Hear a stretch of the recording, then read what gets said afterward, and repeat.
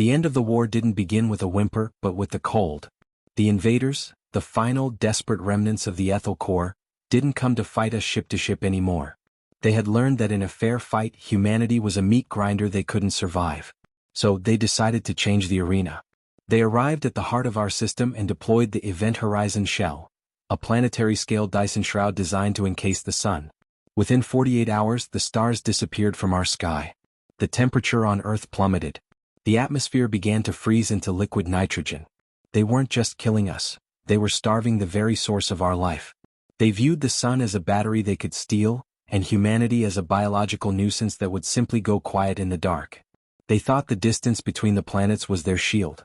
They assumed that because we were grounded in our gravity wells, we could never coordinate a strike on a stellar scale. They believed that the asteroid belt was just debris, a nuisance to navigation. They were catastrophically wrong. They forgot that for 5 centuries humanity has been the master of the industrial void. They forgot that we don't just live in the solar system, we own it. We created the Sol Invictus initiative, and we birthed the final weapon of the apex, the Dyson shotgun. We didn't build a single ship to fight them. We turned the entire inner asteroid belt into a firing mechanism. For 5 years under the cover of the Iron Siege, we had been mining the belt not for ore but for position. We retrofitted 10 million asteroids with massive ion thrusters and gargantuan gold-plated focusing mirrors. We didn't build a shield, we built a lens. We turned the rocks of our home into a multi-staged, gravitational focusing shotgun. We are the solar vengeance and we are about to turn the sun into a sniper rifle. I am High Admiral Silas Nova Vane.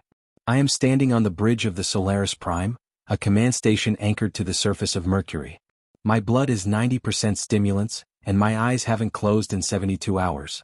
And I'm about to pull the trigger on a star. The mission was the final alignment.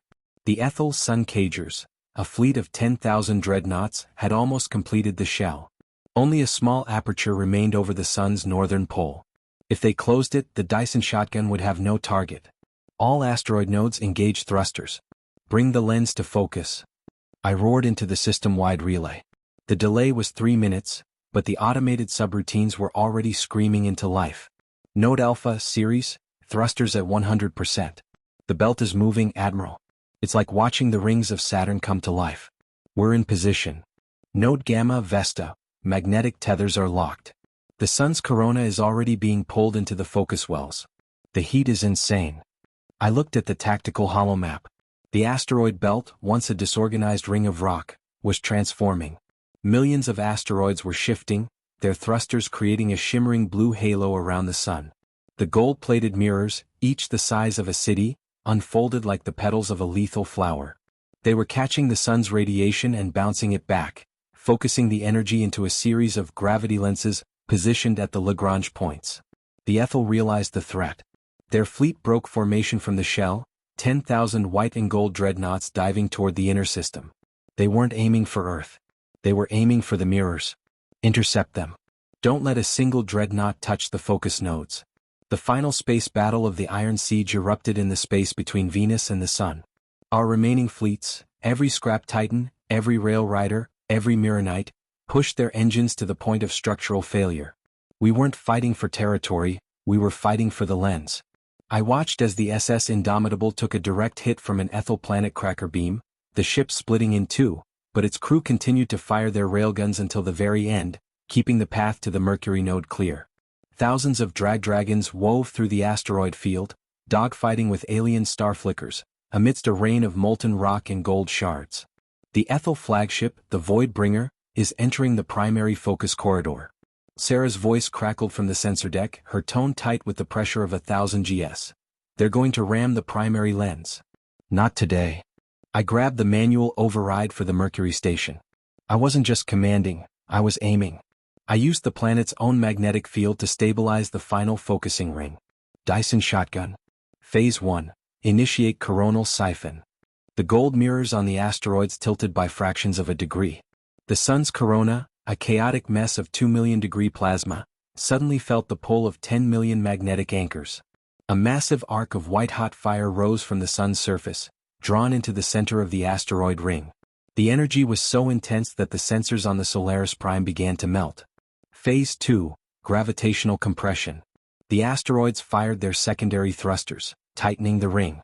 The plasma arc was squeezed, the magnetic fields of the Dyson shotgun, compressing the solar fire into a needle-thin line of infinite heat. The space around the sun began to warp, the light bending as the sheer density of the energy reached the Kugelblitz limit. Phase 3, Total Discharge. I slammed my hand onto the firing stud. The universe went white. The sun didn't explode. It screamed. A focused beam of pure solar intensity plasma, a localized supernova, was unleashed from the heart of the shotgun. It wasn't a laser, it was a physical spear of 1 billion tons of hydrogen and helium, traveling at 99% of the speed of light. The beam traveled across the inner system in seconds. The Ethel flagship, the Voidbringer, didn't even have time to register the impact. The moment the solar spear touched its invincible shields, the shields simply ceased to exist. The dreadnought was vaporized, its molecules stripped apart into a cloud of glowing ions before it could even send a distress signal. The beam continued. It tore through the center of the Ethel fleet, a scythe of fire cutting through the golden ships like they were made of gossamer.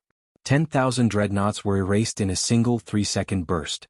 The Event Horizon shell was shattered, the crystalline pieces falling into the sun like rain. The Dyson shotgun didn't stop there.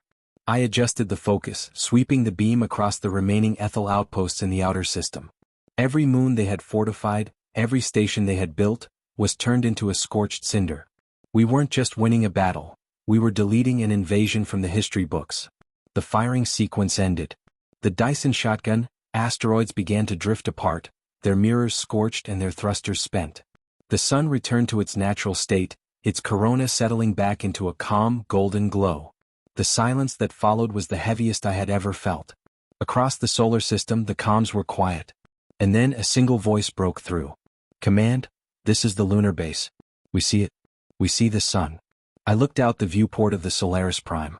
Far in the distance, the small blue marble of Earth was emerging from the shadows. The ice was already beginning to melt. The atmosphere was stabilizing. The long, artificial winter was over. The Ethel were gone. Not retreated. Gone. The galaxy had seen what happens when you try to cage a species that knows how to weaponize a star. The Iron Siege had reached its final absolute conclusion. I slumped into my command chair, the stimulants finally wearing off, leaving me with a crushing weight of exhaustion. My hands were shaking and my vision was blurry, but I was smiling. I looked at the holomap one last time. Every red dot was gone. The solar system was green. Humanity has proven the ultimate truth of the apex retribution. You can come from the farthest stars. You can possess technology that defies the laws of physics. You can try to put our world in a cage. But we are the species that grew up under this sun. We are the ones who turned a pile of rocks into a shotgun and a star into a bullet. We are the apex. And this system is ours. The shell is broken. The fleet is ash. The sun is rising. The war is over. The mission is finished. And for the first time in 10,000 years, the galaxy knows exactly what happens when you try to turn out the lights on the human race.